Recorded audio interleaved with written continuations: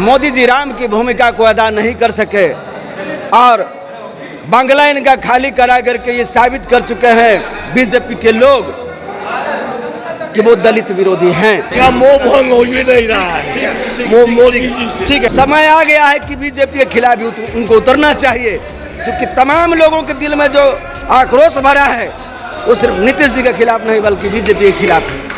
BJP के खिलाफ? हाँ, जब बिहार में परिवर्तन हुआ है नौजवानों से हुआ है। सत्ता में आए या ना आए, लेकिन जिस तरह के बिगुल चिराग जी फूके हैं, पूरे बिहार ही नहीं पूरे देश के दलित आज उनके साथ है। नमस्कार इंडिया टॉप देख रहे हैं आप। देखिए बापू सभागार में हम मौजूद हैं और आज बाबा साहब अम्बेडकर की 141वीं जयंती मनाई जा रही है और इस समारोह का आयोजन खुद लोजपा रामविलास के राष्ट्रीय अध्यक्ष चिराग पासवान ने किया है। चिराग पासवान ने इस सब आयोजन किया है और देखिए ये तमाम जो लोग हैं, जरा दिखाइए शशांक, ये तमाम जो लोग हैं बापू सभागार में आए हुए हैं इस समारोह में शामिल होने के लिए। अब देखिए जो ये हमारे साथ बाबा हैं, ये बाबा साहब अम्बेडकर का फोटो लगाए हुए हैं, लटकाए हुए हैं। चिराग पासवान के समर्थन में आए हैं? जी जी ठीक है। देखिए कुछ सवाल होंगे, मेरा हल्ला बस मत कीजिएगा आप लोग, सुनिए खाली सवाल। चिराग पासवान के पिताजी का निधन होता है अक्टूबर 2020 में। पार्टी टूटी, परिवार टूटा, आज अकेले पड़ गए चिराग पासवान और जिस भाजपा का उन्होंने समर्थन किया था वो भाजपा भी आज इनके साथ नहीं दिख रही है। 12 जनपद इनको खाली करना पड़ा है। देखिए चिराग जी को मोह जो था, जो कह रहे थे कि हम मोदी जी के हनुमान हैं, लेकिन मोदी जी राम की भूमिका को अदा नहीं कर सके और बांग्ला इनका खाली करा करके ये साबित कर चुके हैं बीजेपी के लोग कि वो दलित विरोधी हैं। क्योंकि ऐसे कई मिनिस्टर हैं रहे थे और आज नहीं है, लेकिन उनका आवास नहीं खाली कराया गया और आवास खाली कराने के लिए चिराग जी गए भी थे तो बड़े बड़े नेता उनको कहे कि नहीं आपका आवास खाली नहीं होगा और अचानक दूसरे दिन खाली करा दिया जाता है और उनके प्रतिमा को क्षतिग्रस्त किया जाता है। बाबा साहब अम्बेडकर जी का जिनका जयंती मना रहे हैं हम लोग, जिनको पूरा देश सीने से लगा के चलता है, उनके फोटो को भी जो है पैर पर से कुचल करके पार हुए। ये मानसिकता पूरे देश को दलित किया है।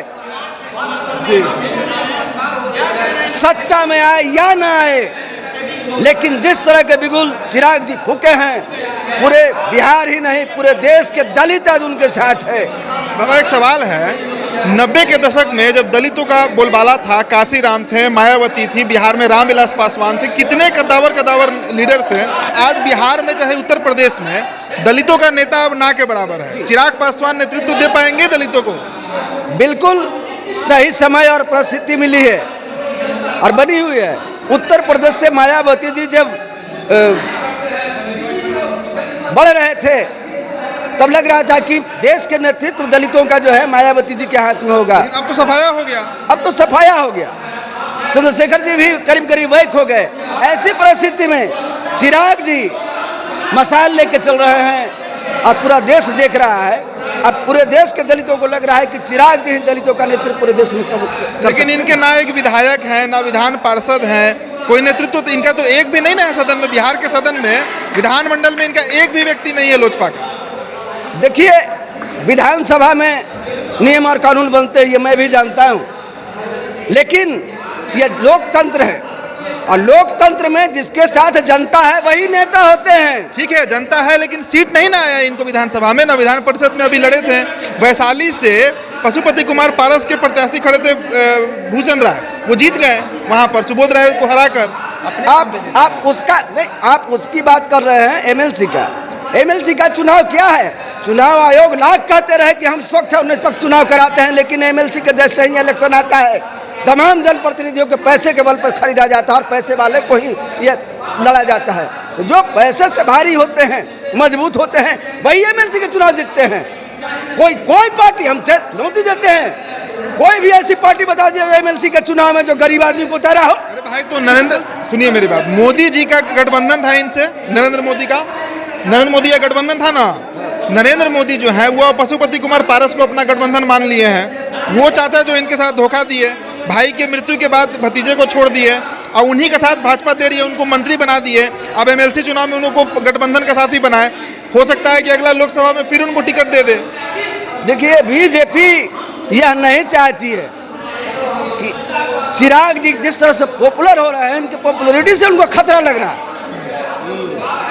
चिराग जी की पॉपुलरिटी से बीजेपी को खतरा लग रहा है कि ये एक छत्र राज कायम न कर दे, ये तमाम लोगों को अपने साथ जोड़कर हमें सत्ता से बेदखल न कर दे, क्योंकि हम इसी के वजह से आज बिहार में इतना फले फूले हैं। तो इस बात से भाजपा डर चुकी है।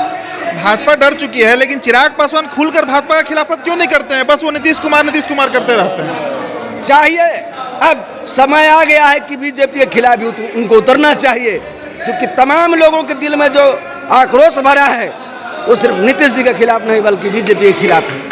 बीजेपी के भी खिलाफ है। हाँ, तो अलग होंगे बीजेपी से तो कहाँ, तेजस्वी जी के साथ जाएंगे? चाहिए इनको। आप लोग समर्थक जो है वो साथ देंगे इनका? बिल्कुल साथ देंगे। चलिए, तो हमको भी बोलना है। हाँ बोलिए ना, क्या बोल रहे हैं? सीतामढ़ी जिला से। ठीक है, कोई भी जिला से हो, आप समर्थन में आए हैं चिराग पासवान के? हाँ, चिराग पासवान कभी मुख्यमंत्री बनेंगे बिहार के, लगता है आपको? बनेंगे।